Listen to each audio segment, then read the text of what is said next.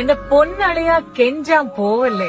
നമ്മൾ ഒരുപാട് പ്രിയപ്പെട്ടതാണ് എന്ന് വിചാരിച്ചിരിക്കുന്ന പല സാധനങ്ങളും നമ്മുടെ പ്രിയപ്പെട്ടതായിരിക്കും, നമ്മളെ പ്രിയമുള്ളതായിരിക്കില്ല. ഒരുപാട് സ്നേഹിക്കുന്നുണ്ടാവും നിങ്ങൾ ആ വ്യക്തികളെ. ഞാൻ ഇതിനു മുമ്പ് പല പ്രാവശ്യവും പറഞ്ഞിട്ടുള്ള ഒരു കാര്യമാണ്. പക്ഷെ വീണ്ടും വീണ്ടും വീണ്ടും ഈ ചോദ്യം തന്നെ എന്നോട് ചോദിക്കുന്നു എന്നുള്ളതാണ് എത്ര തന്നെ നമ്മൾ മനസ്സിലാക്കിയാലും മനസ്സിലാക്കാൻ ശ്രമിക്കാത്തത്. അതായത് നമുക്കറിയാം, അതിന്റെ റിയാലിറ്റി നമുക്കറിയാം, പക്ഷെ നമ്മൾ ആ സത്യം ഉൾക്കൊള്ളാൻ എന്തുകൊണ്ട് ശ്രമിക്കുന്നില്ല? ഒരുപാട് സ്നേഹമുണ്ട്, ഒരുപാട് സ്നേഹിക്കുന്നുണ്ട്, അതുകൊണ്ട് തന്നെ എനിക്ക് വിട്ടുപോകാൻ നിർവാഹമില്ല. എന്നെ അവോയ്ഡ് ചെയ്യുന്നുണ്ട്, പക്ഷെ ഞാൻ വീണ്ടും വീണ്ടും പോകുന്നത് എന്തിന്? But why? എന്റെ ആവശ്യത്തിന്.